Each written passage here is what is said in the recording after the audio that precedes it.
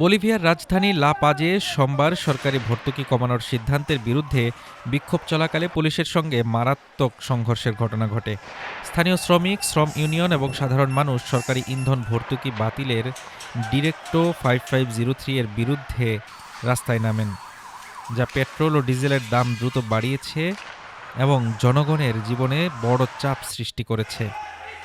ঘটনাস্থলে পুলিশ বিক্ষোভকারীদের ছত্রভঙ্গ করতে টিয়ার গ্যাস ছুড়ছে, আর বিক্ষোভকারীরা কিছু জিনিস জ্বালিয়ে পালাচ্ছে। স্থানগুলোতে 12 জন আটক হওয়ার খবর পাওয়া গিয়েছে। একজন মাইনর নেতা বলেন, পুরো দেশ জুড়ে আমরা এই মার্চে অংশ নেওয়ার জন্য জনগণকে ডাক দিচ্ছি। আজ লড়াই না করলে আগামী প্রজন্মের জন্য অনেক দেরি হয়ে যাবে। সংবাদ মাধ্যম জানিয়েছে এই বিক্ষোভ 3 দিনের মিছিলের অংশ, যেখানে ডেমনস্ট্রেটরস দাবি করছেন সরকার ডিরেক্টো 5503 অ্যাক্ট বাতিল করবে। সরকারি ভর্তুকি তুলে নেওয়ার কারণে পেট্রোল ও ডিজেলের দাম দ্রুত দ্বিগুণের মতো বৃদ্ধি পেয়েছে, যার ফলে পরিবহন ও বাজার খরচে বিরূপ চাপ পড়েছে। বিক্ষোভকারীরা অভিযোগ করেছেন,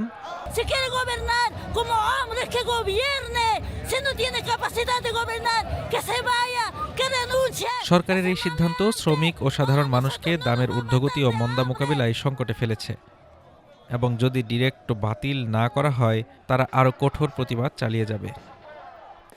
ডেস্ক রিপোর্ট, ঢাকা টুডে।